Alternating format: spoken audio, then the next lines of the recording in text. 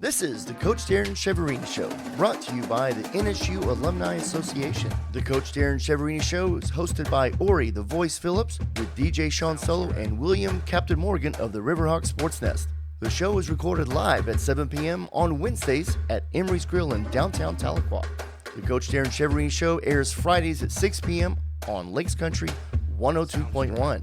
The video recording is aired on the Rogue Radio Network YouTube channel on Saturday mornings at 10 a.m. Please like, follow, and subscribe to the Rogue Radio Network. Now, on to the show.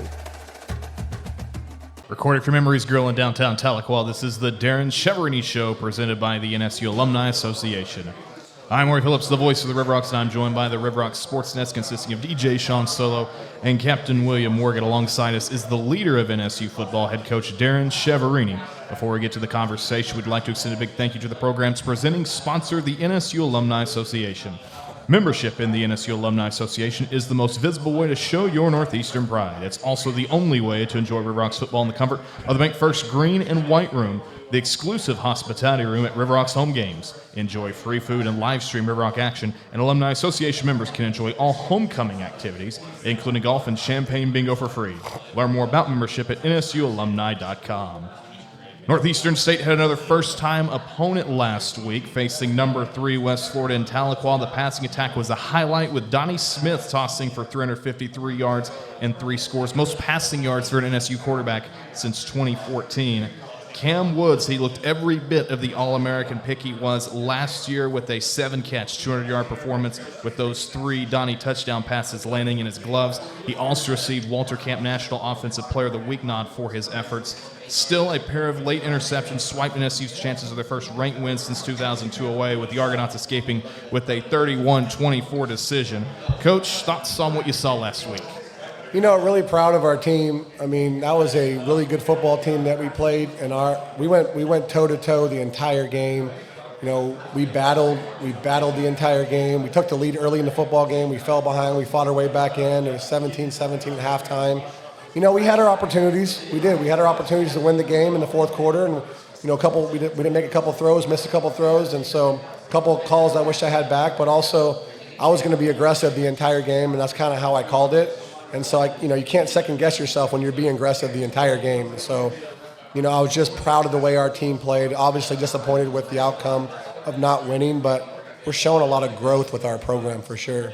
Without a doubt. Now we go to DJ Shawn Solo, and he unveils his pick for Banger Player of the Week. Well, I'm kind of in the hot seat now because I had my initial pick, and then we get the news of my man Cam getting the Walter Camp Award for this week. You can do co-bangers. I might have to go ahead and do that. But just wanted to say that this week's players showed an incredible amount of grit on Saturday. He fought through after being banged up and battled for the team. We actually now know what it was. But like you said, he went 26 for 32, 353 yards passing, 3 TDs, 1 pick. And, of course, I'm talking about Donnie Smith. So the co-banger player is, of course, my man Cam Woods. He's off the hook now because last year he promised me a 3-touchdown game. Oh, man. So he got it this year, so he's off the hook. He's good. So I'm going to give Cam the co-banger player of the week as well. But, Coach, I wanted to ask you, how is Donnie Smith now this week after that? Oh, Donnie's fine. He was just cramping, and, you know, got to stay away from fried food on a Friday, man. So he'll be okay. He'll learn from that, you know, but I was really proud of the way he fought himself back into the game, and I could tell that calf was cramping on him because he still had a hard time pushing off his back foot late in the game.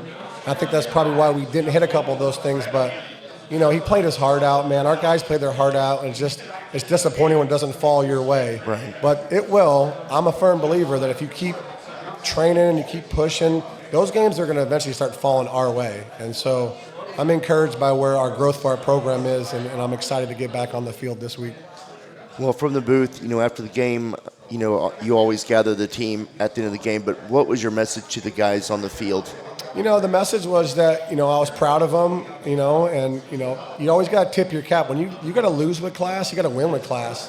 And sometimes I've noticed that our opponents don't win with class against us, but we're always going to be professional. We're always going to be respectful of our opponents, and we're going to win with class and we're going to lose with class. And so I told them we were close, but we got to go back to work next week, and our guys have really responded this week, and it's always tough when you come off of either a big win or a big loss. And, the emotions of the game is draining, and so it's hard to get those guys motivated on a Tuesday practice when there's nobody in the stands. But our guys have responded. They've been pushing themselves this week. The energy's been really good. The execution's getting better. And so I'm excited about where we're at. We're gonna make a push here in the second half of the season coming up. All right, Coach. So going toe-to-toe with the number 3 team in the nation, I mean, it shows your offensive plan as well as the defensive plan. It was strong. Marvelous Owens got his 4th pick of the year, I believe, back there. Cam Woods, talked about him already, 200 yards, 7 catches, 3 touchdowns with the 77-yard long. Donnie was efficient, 26 to 32, over 350 yards. So what offensively was clicking so well to see that impressive performance that we saw on Saturday? I mean, I've been calling offenses for a long time, and so whenever you play good defenses, they're going to be coached well, but that's a good thing for me as a play caller because I know where guys are going to be. And so when I'm watching film and I'm putting together a game plan, I knew where they were going to be on defense, so I knew where we could attack it. And so our guys executed the plan. My job as a coach is to put them in position to be successful. We did that as coaches. Now the players got to go execute the plan, and our players did the job. It's not me, it's them. My job is to put them in position to be successful, and I thought we did that. So one of the keys that you used to describe plan of attack against Marcus Stokes, that West Florida offense, on last week's show, the key word was pressure. Down the stretch this last Saturday, how do you feel the team pressured the Argonauts on the offensive side? We just got to get home on him. The bottom line is the kid's a good quarterback. He's going to make his plays, but we have got to get home and get some sacks. I think that's one thing that we're missing early in this season is we've gotten turnovers with picks. We got to get to the quarterback a little bit more, whether we do it with a 5-man, 6-man pressure, but we got to find ways to create advantages for our defense by getting to quarterbacks and making them feel the pressure. But the quarterback's a good player. I mean, You can see why he was a Division I signee. He's talented. He's got arm strength. He's smart. Looks like to me he was calling his own plays out there. To me, it looked like he was checking the offense. So it looks like the coach gives him some leeway to make his own calls. So that, I was impressed with him. He's a good player. Well, defensively, we had moments of solid performances. Marvelous Owens again had 8 tackles and interception. Your secondary was looking disciplined and coached up. Let's talk about the one thing that is eluding us are the sacks right now from the defensive line. But let's talk about the defensive identity evolving this season as it goes on. And what traits are you looking for? The aggressiveness or discipline, rotation? Like, what are you pushing the hardest? I think we're getting better. Coach Atwell's had more responsibility with the defense with Coach Tanavasa. They're working together on the defensive plans and the defensive calls. I just want to see us continue to stop the run and then get to quarterbacks to make them turn the ball over. And we're getting turnovers, but I want to see us get more negative plays. I want to see us get more pushback, more knockback on the defensive line, more negative runs on first down, and then put those guys in 2nd and 10, 3rd and 10. That's where you create your turnovers. Well, you already mentioned Coach Atwell. That's what I was going to ask you next. He's helping with as a co-defensive coordinator and helping Coach Tanavasa with game planning. So talk about that change going forward and how that looks as far as game planning goes. I actually made the move a couple weeks ago. I just didn't announce it until after the West Florida game, but I just wanted to see our defense evolve more. I want to see us be more sound in certain areas. And so, Coach Atwell just, has a good background as a defensive coordinator in the past. Coach Tanavasa is a very good coach, and they work well together. So I just wanted to kind of mesh the two together so they both have say on what we're doing defensively. And I've seen the defense get better over the last couple of weeks, and we got to keep improving down the stretch here. One more thing before we go to break. We were talking during Quarterback Club, obviously, about the big performances on offense. Cam Woods being Walter Camp Offensive Player of the Week. Correct me if I'm wrong, but this does make him eligible later down the line this year for All-American, right? Yes, it does. When you become a Player of the Week for the Walter Camp Foundation, that means it puts him in the running to be a Walter Camp All-American. So it's a great honor. It's one of the highest All-American honors you can get is being on the Walter Camp All-American team. That goes back to a long, long time in college football. And that was something that most guys, when I was playing, wanted to be on the Walter Camp, Foundation All-American list. Yeah, definitely. And the passing yardage total we had, it was the most West Florida surrendered in a game dating back to November of 2021. That actually predates Nobles being the head coach over there in Pensacola. When we come back, we talk about Lincoln, Missouri. They're the test this week with a noon kickoff on Saturday. Stay with us on Lakes Country 102.1. Welcome back to the show. A reminder that during football season, you can catch the Darren Cheverini Show presented by the NSU Alumni Association in person and live at Emery's Grill on Wednesdays as part of NSU's Quarterback Club. Make sure to visit GoRiverHawksGo.com to learn more about becoming an NSU backer. You can also listen on the official radio home of NSU Athletics, Lakes Country 102.1, Friday nights at 6. The show can also be heard on demand from the NSU Athletics website and Spotify. While this marks the first season that a video production of the show can be watched on demand on YouTube through the Rogue Radio Network YouTube channel, also home of the RiverHawks SportNest podcast. We'll continue the conversation, but first we'd like to thank our official radio sponsors for this season. Without their support, this show would not be possible. Tahlequah Family Vision Clinic, Archer Cleaners, Northeastern State University Relations, Chick-fil-A Tahlequah, The Wash Barn, Riverside Liquor, Napoli's Italian Restaurant, The Shockley Group, JT Van Attorney at Law, Rose Rock Coffee, Health First Chiropractic Clinic, Edward Jones, Jeremy McClure, and Northeastern State University's College of Extended Learning. This week, Northeastern will go to Jefferson City, Missouri for a test against Lincoln. It marks the 6th straight season and the 8th time overall that NSU will see the Blue Tigers in football. NSU has won 5 of 7 in the all-time series, including last season's 55-7 win in Tahlequah. This will open a 3-game road trip that spans the rest of the month. This week, an opportunity for second road win of the year, Coach Chev. Like us, Lincoln's in second season with their head coach, Moses Harper. They've certainly made some strides. They picked up their first NCAA win since 2019 earlier this year, knocking off Lane. What do you think of the job Coach Harper's done so far in legitimizing Lincoln football, and what do you think of the matchup for Saturday? I think he's done a great job. You know, we spoke last year before the game about, you know, the struggles that they were having, just like we were having, trying to build a program again from scratch, and he's done a really good job. They're a good football team. They're much improved from last year, but we're much improved from last year. So, you know, hats off to him to working hard on his program, but I'm concerned about what we're doing. I'm concerned about NSU football. I'm concerned about our players, our work ethic, how we finish practice, how we finish games, how we work in the weight room. And so I'm excited for the opportunity to go compete against them at Saturday at noon. As I mentioned, this is the start of a 3-game road trip, all against Division II competition. It's also the start of a closing 6-game stretch to the season that only sees us at home twice. How important is this week? Because after this, we got William Jewell, then we got UCO. Obviously, the test right now, it's Lincoln, but how important is a strong effort this Saturday in setting the tone and being foundational for a successful road trip this month? we got to get back on track. You know, our goal this week is to go 1-0. That's our goal this week, to go 1-0. You know, we talked about our team, that we're in a 6-game season, and our goal this week is to get to 1-0 this week. And so that's what we're focused on as a football program. We're focused on the things that we can control, but you can't play more than one game at a time. So we got to play this game. This is the one we got to worry about, one we got to be concerned with.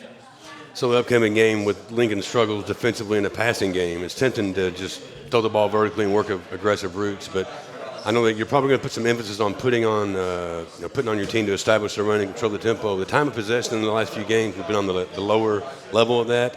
Is that something that you're looking at towards this game, or kind of what are you looking at? We got to get back to getting Ramon going, getting our running game going. We got to be balanced. You know, I love throwing the football, but if you want to win championships and you want to win consistently in college football, you got to be able to run the football, and I know that. So believe me, I love all the passing numbers. I love all the passing touchdowns, but I know what wins football games. And what wins football games is being very balanced and being able to establish the run game and be dominant in the run game. So we got to get our run game back going this week as well. All right, so we'll talk a little bit defensively. You matched up well against Lincoln last year. You got some options to be aggressive with some pressure packages and some blitzes. Will also dominate the run. But let's talk about what you're looking from Lincoln and your defense this coming Saturday. I mean, their quarterback's very athletic. He runs around, makes a ton of plays. You know, they want to run the football as well on their side of the ball. And so first and foremost, we got to stop the run. You know, that is what we have to be able to do as a defense to play good defensive football. You got to keep the offense behind the chains, not ahead of the chains. I thought one thing in the West Florida game, what they did a great job of, is they were able to stay ahead of the chains and play 2nd and 2, 3rd and 1, 3rd and 2. If an offense can do that, they're going to be successful. An offense is going to struggle when it's 2nd and 10 and 3rd and 9.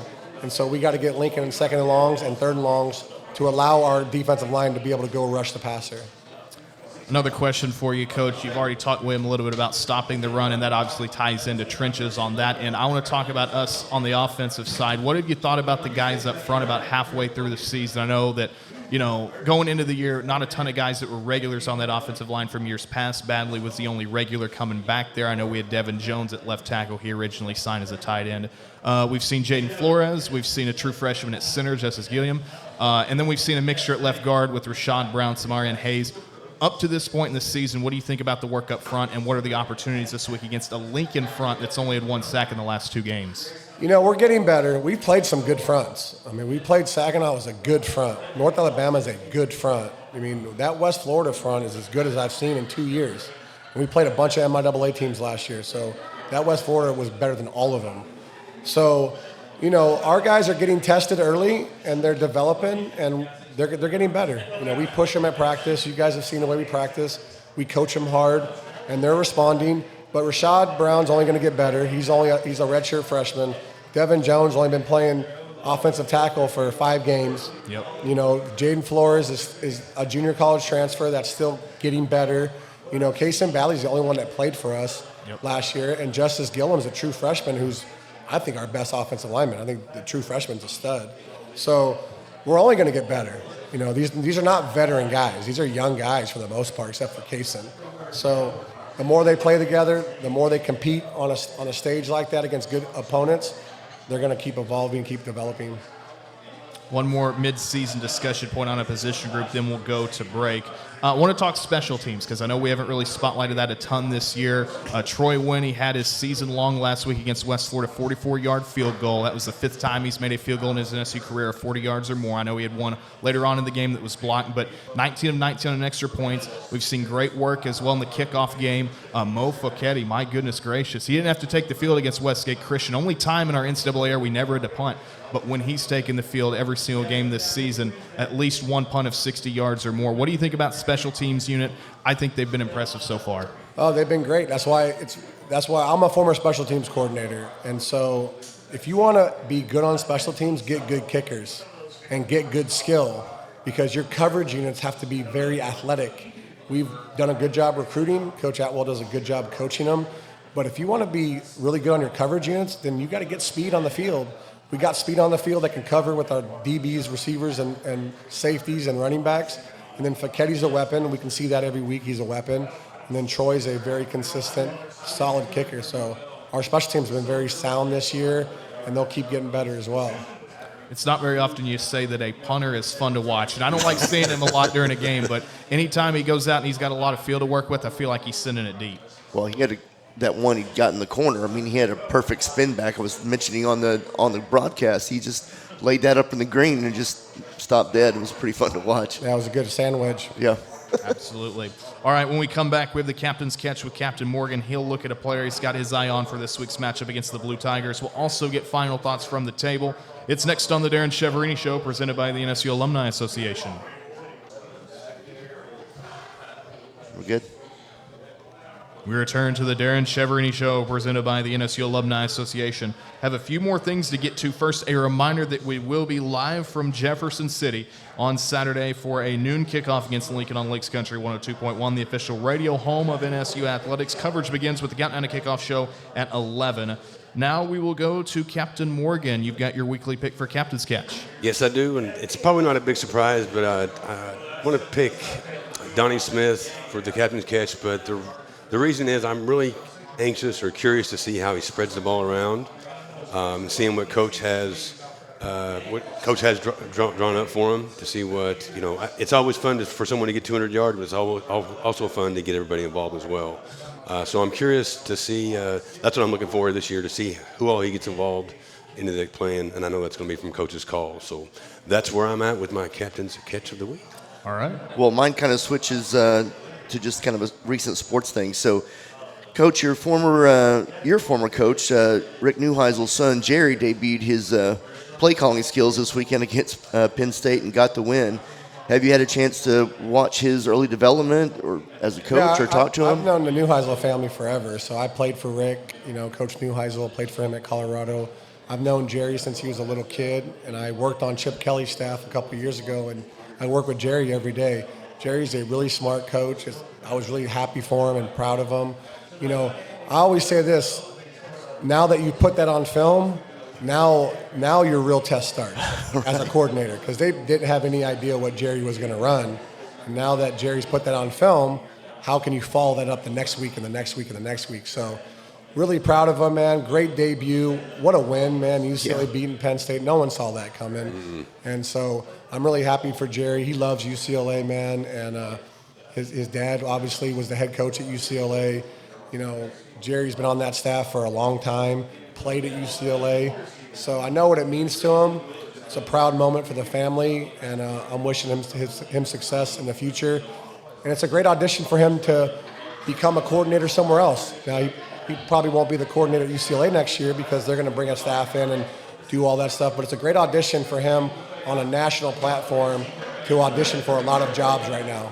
So I'm excited for Jerry and excited for the Bruins to get back on. That was a great thing for UCLA because Deshaun's a good friend of mine, and I felt bad for him how that went down. But at the end of the day, they want you to win. That's what they pay you for. Sure.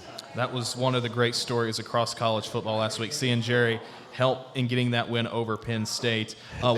They carried him off. It was a lot of fun to watch. Like he won the national championship. That was pretty cool. Well, and he's already a hero in the eyes of the UCLA fan base. I've already been seeing people online say, you know, this guy should just keep on calling play. Let's see what he can do. But as Chev mentioned, the test begins now that's all on film, especially against a tough team like Penn State. Anyway, one final reminder that the most visible way to show your Northeastern pride is through membership with the NSU Alumni Association. Make sure to download the Green and White Network mobile app for alumni and tap the Coach Chev Show tile. Fill out the form to enter to win a $25 Visa gift card while you receive a generous discount offer for Alumni Association membership just for taking the time to fill it out. We'll do our weekly drawing now for the Visa gift card, Coach, if you don't mind. Dig into the Alumni Association name jar. Let's see what we got. Brian Searcy. Big congratulations to Brian Searcy, the winner of the $25 Visa gift card. Again, make sure to download the Green and White Network mobile app for alumni. Tap the Coach Chev Show tile. Fill out the form to enter to win the $25 Visa gift card. Next week, your name is going to be in the jar. But another great show in the books. Final thoughts before we take on the Blue Tigers. We'll start with Shawn. I want to see us continue what we did against West Florida this game. I was really impressed with limiting the penalties. Yes, we had the late turnovers, but that has been such an Achilles heel for us all season. And for us to put, I would say, almost a complete game when we were just one or two plays away, I want them to continue to build off that because it was a great measuring stick. It's like, we are legit. We've got the players, we've got the talent, and our players are a lot better than your players. So that's what I want to see. I want to see a continued growth on the defense there, but the turnover battle is also something that's been important in some of the losses, the close losses, one-score losses that you've had, Coach. We just lost the turnover battle and then also, lost just by one score. So turnovers is also something that's important to make sure that we're not getting those, we're not doing those offensively, and then get what we can defensively. But this weekend, I feel like the Coach Chev has got a good feel for what was there, and I want to see them not play down to the competition after coming off a tough game with West Florida. So looking forward to seeing it. All right, your final thoughts, Coach. Just get 1-0 this week. That's our goal. I mean, they responded the right way. Football doesn't always go your way, but you can control how you respond. And so our attitude's been really good, our effort's been good, and our goal is to get to 1-0 this week. Definitely so. Well, until next time, this has been the Darren Cheverini Show presented by the NSU Alumni Association. We'll catch you this Saturday, 11 a.m. in Jefferson City. Thanks, guys.